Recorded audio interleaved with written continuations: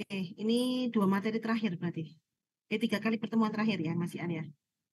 Ini ada kan minggu ini tentang interrelasi zat gizi makro. Minggu depan masih ada ya materi kalau nggak salah ya. Hubungan antar, bener nggak? Coba di cross check lagi ya. Hubungan antar organ. Kemudian kita ada presentasi baru selanjutnya di ujian akhir ya. Ya teman-teman. Baik, mungkin untuk 3 pertemuan terakhir nanti dengan saya nggak tahu untuk presentasi nanti nggak apa-apa, ini dengan saya dulu nanti sambil itu kan saya tulis dengan Prof. Mami, nanti Prof. Mami ditawari aja kalau beliau bisa bergabung, silakan, tapi kalau nggak bisa nggak apa-apa, bisa dengan saya aja ya. Nanti kita jadwal itu saya juga belum cross check di tanggal itu apakah perlu diganti. Jadi kalau presentasi nanti tetap masing-masing satu kelas ya. Eh, Kemudian nanti kalau sudah fix sampaikan ke Prof. Mami untuk dia bisa bergabung atau tidak. Untuk mohon maaf saya izin off cam ya. Kalau kamu, saya sih nggak menginginkan kamu harus off cam atau on cam. Kalau kamu mau sesuai aturan on cam silakan. Ini saya kalau di rumah lagi selibak-selibak gak karuan ini ya. Mohon maaf daripada mengganggu pemandangan. Ini saya cam aja. Halo? Saya kok nggak kelihatan zoom-nya ini ya. Mohon maaf, itu sih bingung aku. Halo teman-teman, semua masih mendengarkan kah? Masih, Bu. Oke.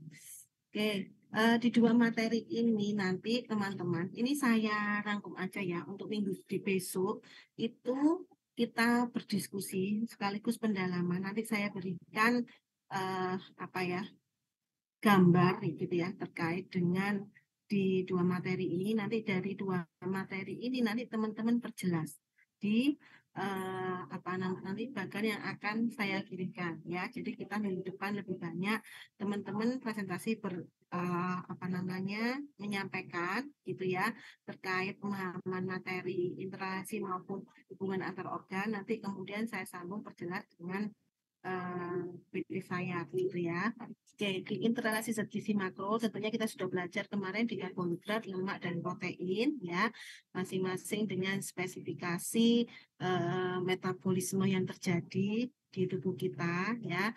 Karbohidrat jalurnya bagaimana, nanti hasil akhirnya glukosa, lipid, protein ya. Kemarin protein mungkin ada yang khas dengan urea dan kemarin apa? Akhirnya ya untuk pengeluarannya, kerja di ginjal, fokusnya, kemudian dengan beberapa organ yang terkait ya. Ya, zat-zat gizi tersebut itu tidak berjalan sendiri-sendiri ya. Jadi akan saling berkorelasi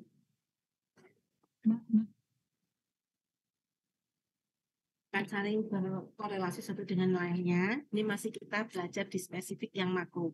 Nah, nanti dalam realnya tentunya tidak hanya dengan makro. Dengan mikro pun ada hubungan gitu ya, ada kerjasama terkait dengan fungsi spesifik dari metabolisme yang terjadi.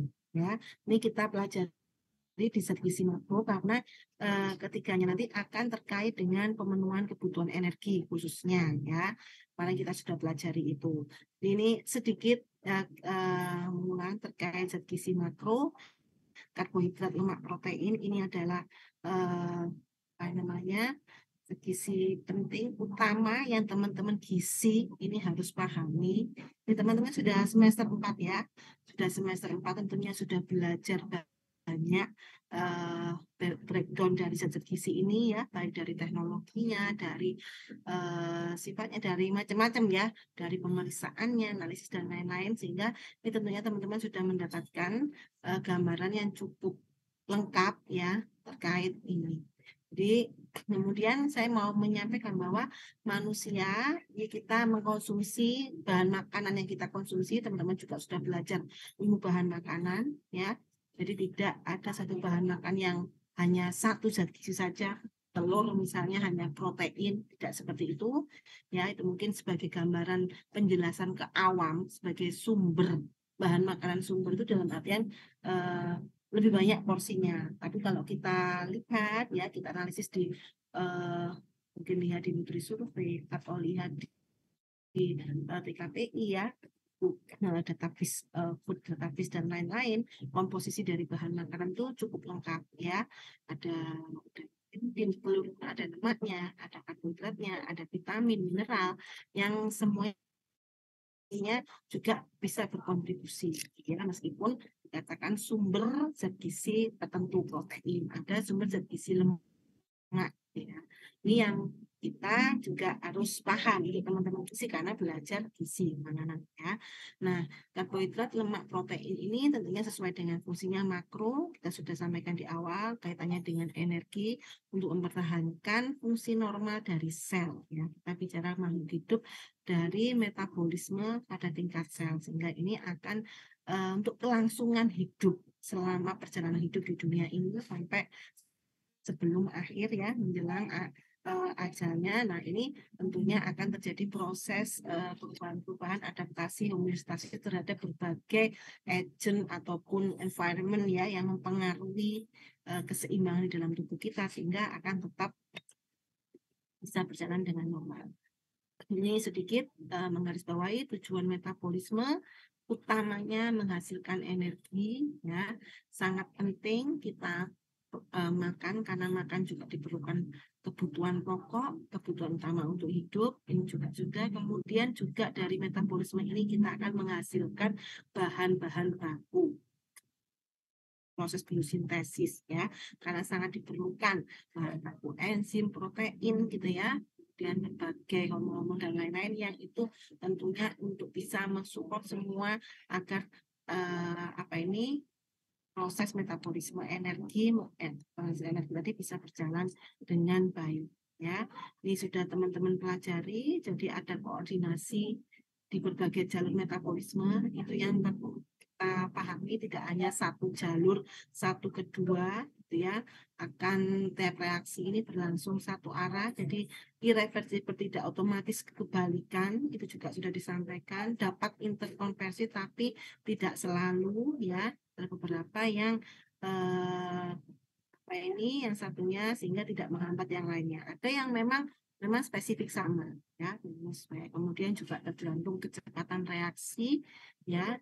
Ini juga sangat penting pada produk akhir. Bila terbentuk cukup, maka reaksi ini akan berjalan dengan lebih lambat dibandingkan ketika kebutuhan tubuh kita misalnya dalam kondisi defisiensi, kebutuhan yang besar, dan itu akan mengikuti tingkat kecepatannya ya. Ini kemudian lokasi juga menjadi penting teman-teman. Jalur metabolisme tentunya ketika kita sampaikan ini substrat A menjadi substrat B sampai menjadi produk misalnya X, tentunya dengan lokasi yang berbeda-beda ini akan memberikan implikasi makna klinis yang berbeda ya. Di sitoplasma apa yang terjadi, kenapa harus di sitoplasma ketika terjadi metabolisme SDM ya, eritrosit, ataupun terjadi di RE dan aparatus Golgi untuk sintesis protein, kan lisosum ini untuk proses degradasi. Bagian makromolekul ini akan mengalami proses pemecahan ya, yang utamanya terjadi di organ-organ ini sampai ke organ utama, tentunya untuk membutuhkan energi sendiri adalah di mitokondria. Nah, kemarin juga sudah dipelajari. Nah, jalur metabolisme ini juga akan menonjol di beberapa jaringan. Jadi teman-teman akan melihat bagaimana jaringan saraf ya. Ini lebih dominan. Sebentar ya. Ini kok saya enggak.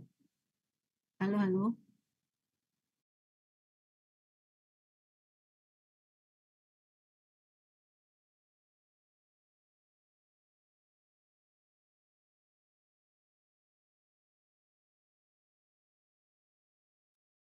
Ini jalur metabolisme ini di jaringan saraf ya, di mame ataupun di gonad, di sel seksual, di sel darah merah ini sendiri akan mempunyai jalur metabolisme yang spesifik, tentunya sesuai dengan organela di dalamnya ya.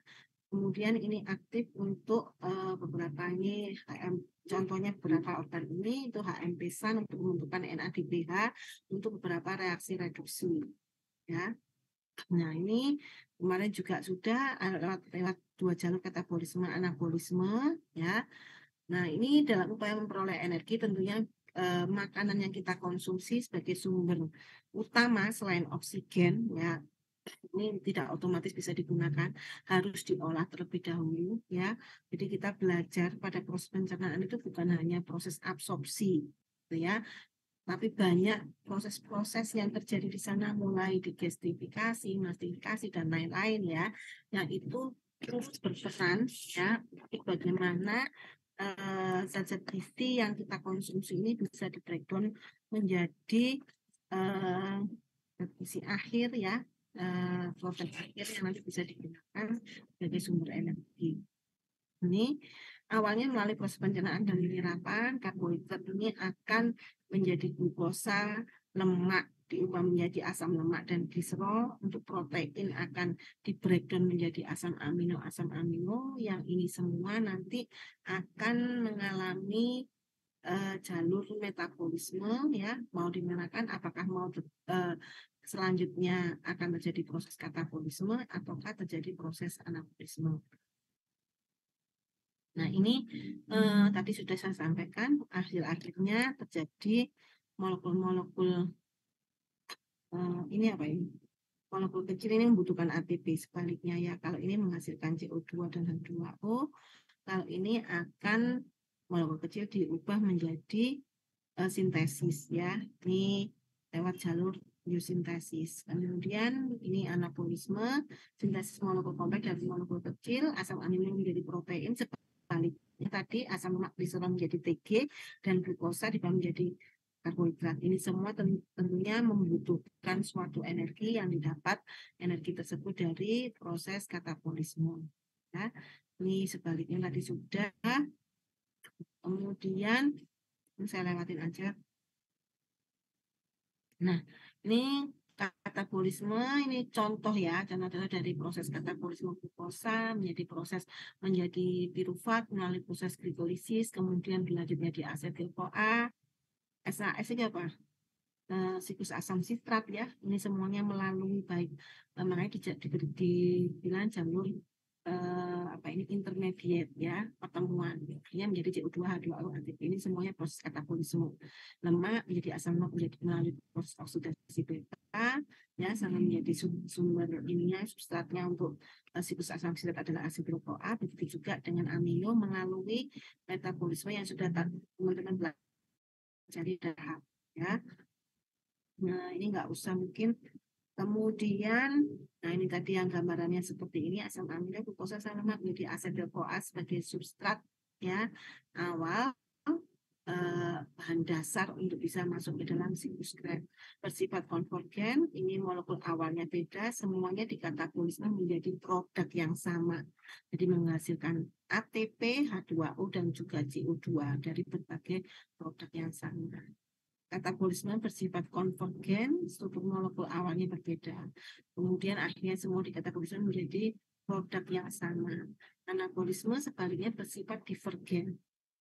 Ya, mulai dari prekursor yang sederhana, kemudian menjadi berbagai makromolekul yang berbeda. Contohnya dari oksaloasetat, asetil-CoA pirufat akan bersama-sama prekursor bersama untuk ini bisa menjadi protein, TAG, dan karbohidrat. Jadi dia tadi ya bersifat divergen dari prekursor yang sederhana menjadi yang bisa dibentuk banyak ya. Jalur anabolisme sudah berjalan sejak awal sehingga bisa menghasilkan berbagai ratusan, cukup efektif. Jadi dari proses sintesis dengan ATP yang besar itu kita bisa proses di tubuh kita bisa menghasilkan berbagai produk akhir ya untuk anabolisme dengan cukup efisien. Titik temunya tentunya di siklus Krebs baik menghasilkan maupun bahan baku ya. Ini nanti teman-teman bisa lihat di sini protein ini yang dikurang bentar ya Bunda ngajar ya.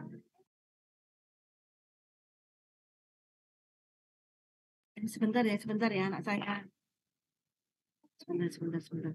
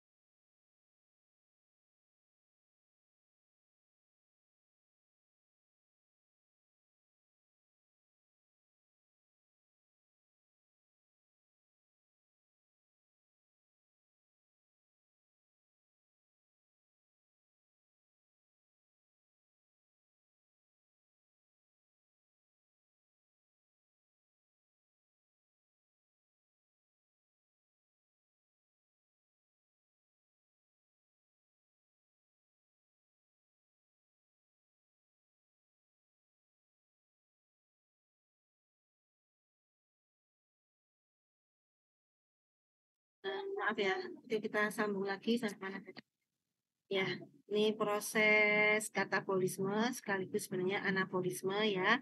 Ini ada jalur-jalur ketika kata terjadi ini ada proses building block sehingga ini nanti dipelajari spesifik ke interrelasi ya.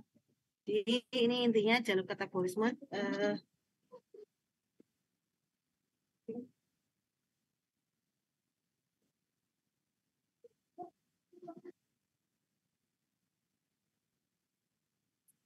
ya, jalur katabolisme ini tidak sama dengan anabolisme ya. Ini sudah, nanti ini langsung saya loncatin aja ya.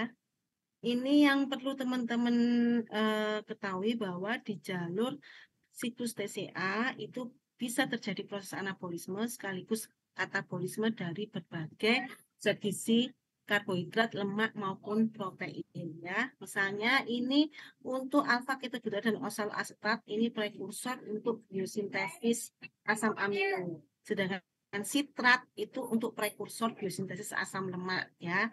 Kemudian suksinil CoA, biosintesis HEM. Seperti ini tulisan ini saya yakin tidak jelas. Teman-teman harus melihat proses gambarnya ya, sama bagan untuk reaksi yang terjadi. Emang sih kok bisa terjadi dikatakan alfa ketoglutarate, ini teman-teman harus cocokkan dengan gambar yang ada. Nah, ini kita sudah pelajari di gluconeogenesis, salah satunya dari prekursor non karbohidrat menjadi karbohidrat. Itu ada interrelasi ya. Bagaimana ini dari sitrat tadi yang dikatakan ini nanti menjadi prekursor ya di substrat dari BCA cycle ini akan bisa sintesis untuk asam lemak, sedangkan alfa ketoglutarate akan menjadi asam amino. Ya, begitu juga oksaloasetat. Kemudian ini akan melalui jalur neogenesis ya. teman-teman. Oleh karena itu, senyawa antar daun TCA digunakan sebagai prekursor proses biosintesis, ya. Hingga suatu saat senyawa antar TCA ini dapat habis, ya, daun TCA dapat mati.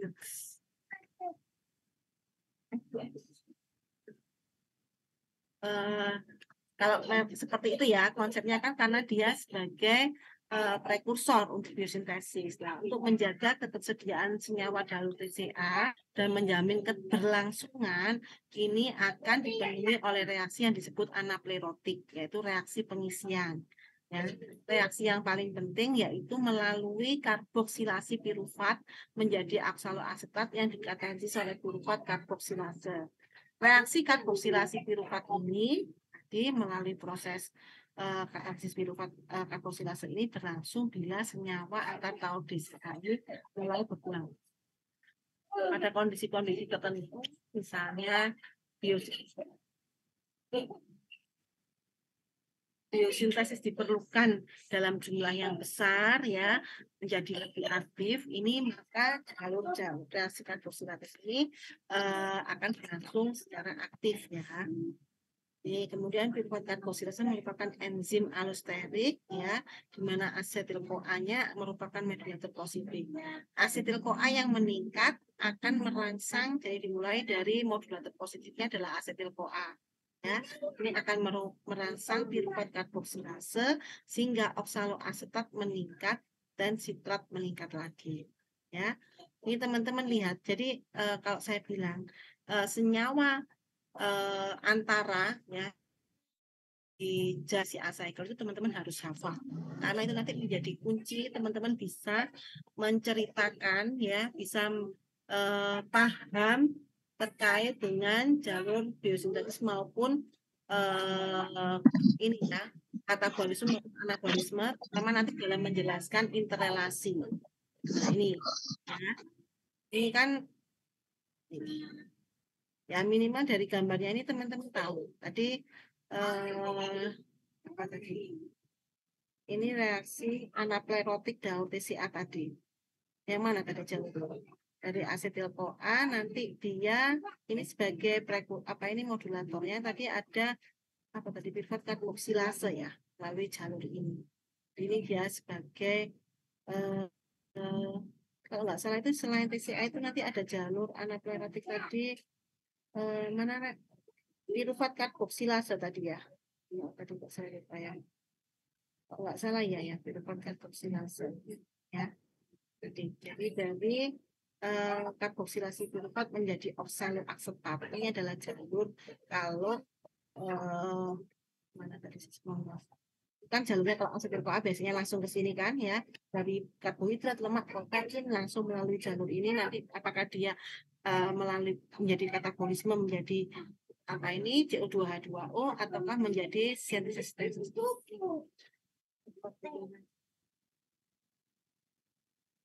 Oh, Kak, di rumah saya nggak bisa konsentrasi. Ya, jadi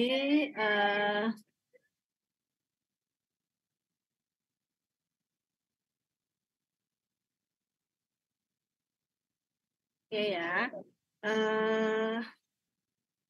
Halo, masih di sini kah teman-teman? Jadi ini ada apa ini pirufat melalui pirufat apa ini enzim karboksilase akan menjadi oksaloasetat yang dia akan nanti sebagai memenuhi lagi ketika substrat ini menjadi berkurang. Nah, ini, ya, siklus Krebs ini juga berperan dalam interkonversi antara satu jalur metabolisme. Ini teman-teman nanti ini saya mintakan untuk menceritakan, ya, karbohidrat bisa diubah menjadi lemak, ya. Jadi tadi jalurnya kan kita belajar karbohidrat menjadi glukosa, kemudian tadi apa, lemak menjadi kolesterol tadi, ya, juga ini, kemudian yang asam lemak dan gliserol, kemudian kalau protein menjadi asam amino. Nah, itu jalur yang lurus. Tapi ini akan terjadi proses interkonversi, ya, dari di mana karbohidrat yang kita konsumsi itu bisa diubah menjadi lemak, ya. Begitu juga lemak dalam artian simpanannya, ya, karbohidrat juga bisa menjadi asam amino. Lemak menjadi karbohidrat ini masih tanda tanya. Jadi coba semuanya kita cari ya. Kemudian lemak diubah menjadi asam amino. Juga asam amino bisa diubah menjadi karbohidrat. Oh,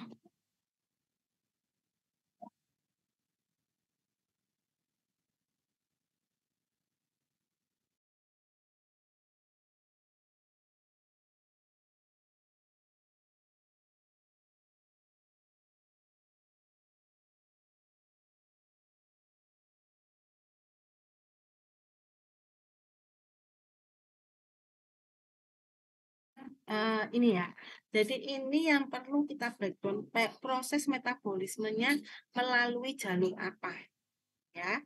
Masing-masing dari tahu tentang ini saya sampaikan secara cepat ya. Misalnya karbohidrat dapat diubah menjadi lemak, itu melalui proses piruvat yang ada di sitosol melalui proses glikolisis ini ya, dia akan masuk ke dalam mitokondria, oleh piruvat dihidrogenase dan dia menjadi asetil-CoA seperti jalan umumnya. Nah, asetil-CoA ini kan kita sudah belajar itu akan diubah menjadi oksalasetat dan sitrat. Sitrat yang kemarin di jalan metabolisme lemak itu dia akan keluar dari mitokondria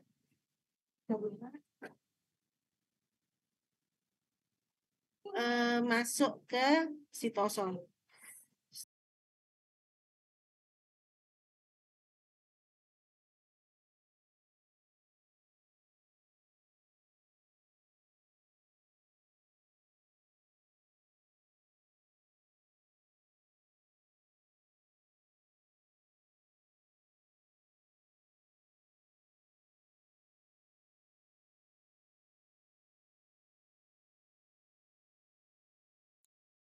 Mohon maaf. Kemudian ini sitrat keluar dari mitokondria masuk ke sitosol, dia akan diubah lagi menjadi asetil-CoA yang kemarin saya tanyakan kenapa perlu jalur pemutaran seperti ini ya. Nanti asetil-CoA dari sitosol akan mengubah menjadi asam lemak dan kolesterol untuk sintesis. Jadi makanya ketika kita konsumsi karbohidrat yang berlebihan itu juga bisa disimpan menjadi simpanan lemak ya di jaringan adiposa nanti dalam oke maupun kolesterol ini ya. Ini contoh jalurnya mungkin seperti ini. Kalau teman-teman pelajari ya. Kemudian ini ada proses kemarin kita sudah belajar gluconeogenesis ini adalah suatu bentuk inter konversi juga karbohidrat menjadi asam amino. Ini contohnya yaitu dari katabolisme karbohidrat ya nanti senyawa antara glikolisis dan SAS ini akan terbentuk asam amino. Jadi dari glukosa menjadi piruvat itu nanti di sini bisa terbentuk senyawa asam amino ya maupun di piruvat ini melalui jalur-jalur ini dia akan diproduksi ya. Jadi ketika kita ngomong terbentuk asam amino biosintesis itu sumbernya bukan hanya makan protein ya banyak jalur-jalur konversi yang lain ya. Kemudian ini glukosa menjadi sel asetat, asetil-CoA menjadi sitrat ini di PCA cycle ya. Ini glukosa ya. Ini untuk asam amino tadi juga prosesnya menjadi arginin, kemudian cystein dan lain-lain itu terjadi di sini. Nah, ini asam amino menjadi karbohidrat kapan ya? Ini asam amino teman-teman sudah pelajari kemarin pun dengan Prof. Mami ada ketogenik, ada glukogenik yang bisa dibuat menjadi karbohidrat tentunya yang hanya glikogenik ya melalui senyawa di berbagai reaksi yang teman-teman jelaskan secara ini ya. Kemudian asam amino menjadi lemak ini melalui jalur asam amino yang ketogenik dia akan diubah menjadi asetoasetat, HMG-CoA, asetil-CoA ini melalui perantara substrat ini akhirnya diubah menjadi asetil-CoA. Oke ya, itu sedikit gambaran. Jadi nanti PS, tolong teman-teman minggu depan ya kita akan diskusi lagi tentang interkonversi ini dari masing-masing zat gizi karbohidrat lemak protein menjadi sebaliknya ya melalui jalur apa dan nanti tadi kan prosesnya terjadi di mana nah itu sebenarnya bukan hanya tadi yang saya jelaskan apakah mitokondria kemudian lisosom tapi lebih ke organnya terjadi di organ apa itu yang spesifik karena yang kita pelajari selama ini di proses anatomi dan fisiologi itu adalah proses fisiologi sistem organ, bukan lagi sel-sel mitokondria fungsinya, tapi apa sel jantung fungsinya untuk ini, organ jantung, ya, kemudian sel darah merah itu kan sudah menjadi suatu sistem organ, ya, organ yang kita pelajari. Ini nanti yang meningkat. Oke, mungkin ini saya sambung sedikit ya. Nah, materi interrelasi metabolisme zat gizi makro ini tentunya tidak terlepas dari hubungan antar organ.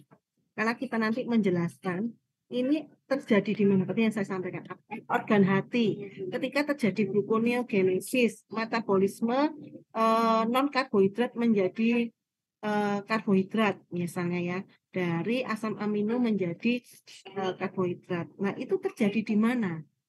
Di hati apa yang terjadi di sel darah merah itu masing-masing organ itu terjadi suatu reaksi secara komprehensif. Jadi memang metabolisme itu suatu hal yang unik. Mas,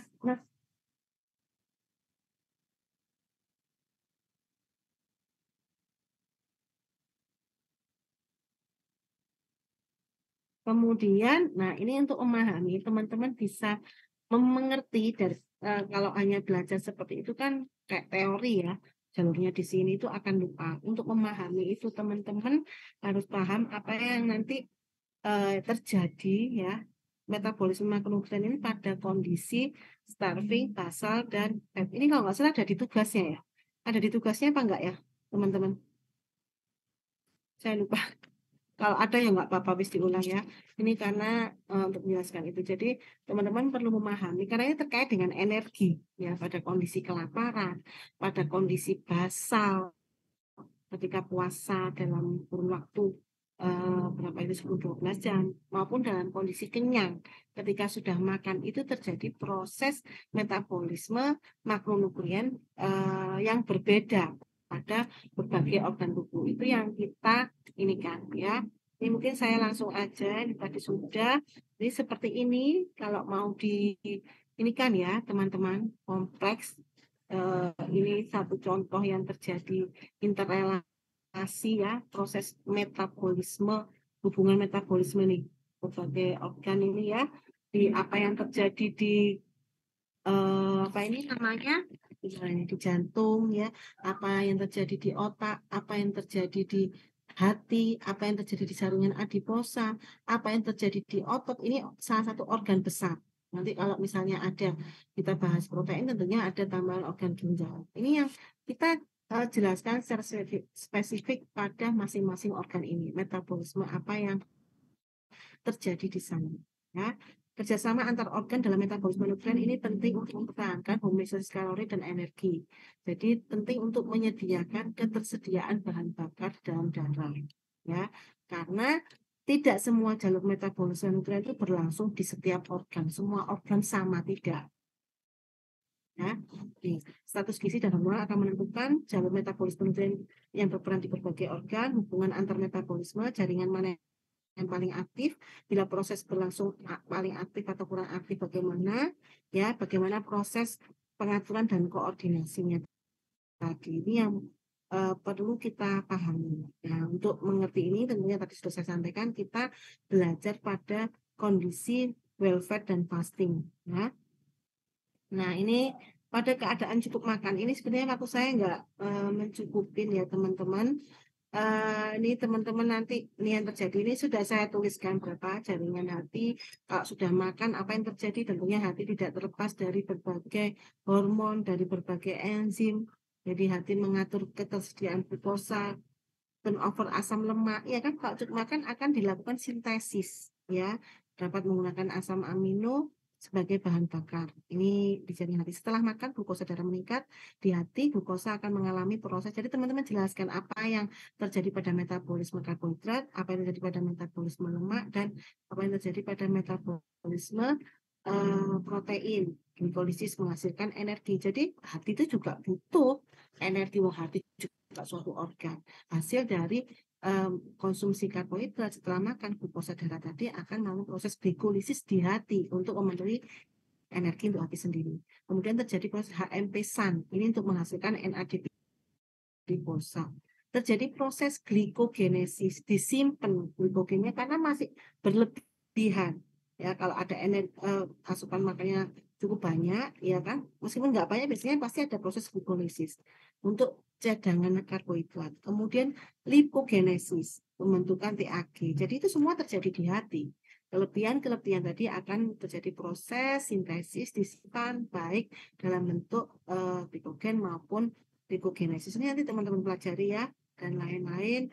Di otak apa yang terjadi? Otak merupakan organ yang sangat konsumtif akan oksigen, ya, tidak punya cadangan energi sehingga harus selalu tergantung dari glukosa. Makanya ketika glukosa rendah, otak itu akan sangat sensitif, ya, memerlukan glukosa ini. Kemudian sel darah merah, nah tanpa glukosa sel darah merah tidak dapat bertahan, ya, karena memang satu-satunya sumber ini. Dan sesuai oleh hati melalui proses glikogenesis banyak. Kenapa nggak hampir dikatakan tidak kekurangan? Karena semua proses itu mensuplai glukosa untuk sel darah merah. Glukogenesis, siklus Cori, siklus alanin, ya, banyak proses terjadi di sana. Di sini banyak kayak ya, intinya begitu yang terjadi di jantung, bagaimana jaringan adiposa, jalur di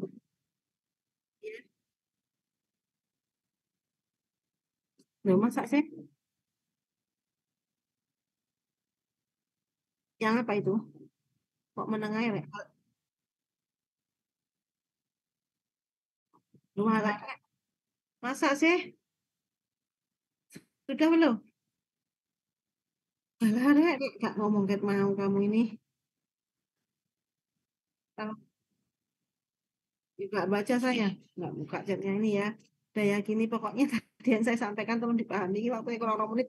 Ayo, mohon maaf ini yang terjadi. Kalau tadi kan saya jelaskan ini proses metabolik. Tadi ini belum muncul juga gambar ini. Ya, ini yang terjadi di hati, otak, kemudian ini di jantung, sel adiposa, otot, ya. Ini kalau terjadi nanti teman-teman harus bisa menjelaskan ini, ya. Untuk mengerti itu makanya kita belajar pada kondisi apa ini, pada kondisi cukup makan dan pada kondisi fasting. Ini yang terjadi di masing-masing dari jaringan hati, apa yang terjadi, kemudian di jaringan otak, ya, sel darah merah, apa yang terjadi di otot, apa yang terjadi, ya, teman-teman ceritakan, ya. Nih, jalur lipoprotein sebentar. Jadi di masing-masing organ tersebut jalur asam lemaknya bagaimana, jalur asam aminonya bagaimana, ya. Ini teman-teman, ini ya, nanti saya share gambar ini ya, 3 gambar ini. Jadi tugasnya untuk minggu depan, teman-teman menjelaskan. Saya kasih gambar-gambar aja, ini ada 3 gambar. Ini pada kondisi, ini ada di buku, saya nggak salah, biokimia itu ya, ini pada kondisi starvation, ya, jadi kelaparan. Kemudian ada kondisi ini basal, dan juga ini kondisi fat start. Jadi ini setelah makan, apa yang terjadi di sini, ya. Ini teman-teman tolong nanti bisa minggu depan kita akan belajar bersama ini. Saya sampaikan lagi lebih detail dan sebelumnya teman-teman tolong buat, ya. Berarti ini ada nomor-nomornya. Jadi setelah makanan masuk, ini sudah melalui jalur intestin, akan diabsorpsi menjadi glukosa, masuk ke dalam darah. Tentunya ini ada peran hormon insulin dan glukagon di sini. Untuk yang lemak, melalui proses kemarin kita sudah belajar kilomikron diubah protein asam amino, ya, masing-masing ini kita ceritakan. Jadi di liver glukosa akan mengalami proses glikolisis untuk memenuhi kebutuhan apa ini energi hati, kemudian akan glikogenesis, ya, disimpan di glikogen, kemudian juga terjadi pembentukan TG, ya, triglycerida yang disimpan di hati. Ya, selanjutnya ini yang terjadi di otak, di sel darah merah, ini untuk memenuhi kebutuhan energi ini semua, ya. Simpan ini yang terjadi di jaringan adiposa, TG akan disimpan di jaringan adiposa ini, ya. Ini teman-teman, maaf ya, ya Allah, udah jam 2 ini, Rek. Ya udah ya.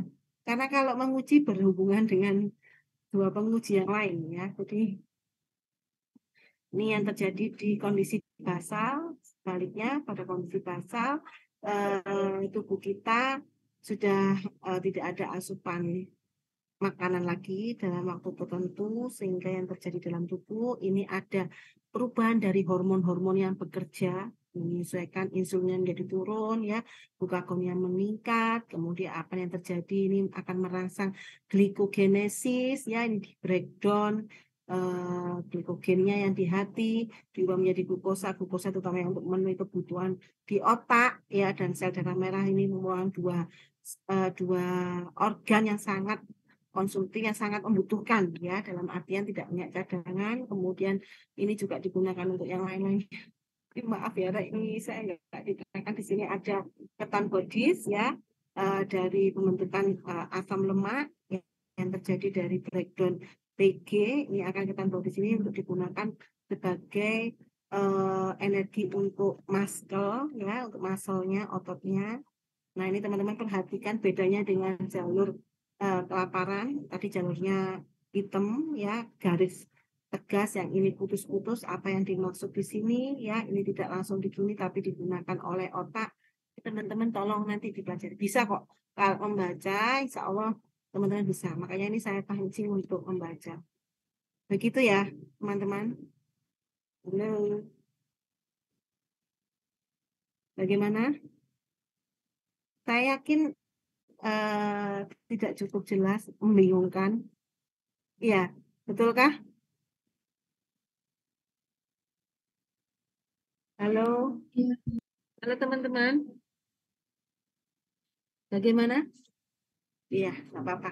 Ini saya buat bingung. Nanti saya share gambar-gambar ini ke PC-nya untuk teman-teman ya, menjelaskan. Jadi terkait dengan ini proses metabolisme ya, yang terjadi pada kondisi lapar, kenyang, basal maupun interrelasi tadi ya, di masing-masing zat-zat gizi makro menjadi zat gizi makro lainnya ya, untuk kita bisa, ketika teman-teman sudah bisa menceritakan ini, saya yakin sudah paham dengan jalur-jalur yang terjadi di antar interkorelasi tadi, interkonversi.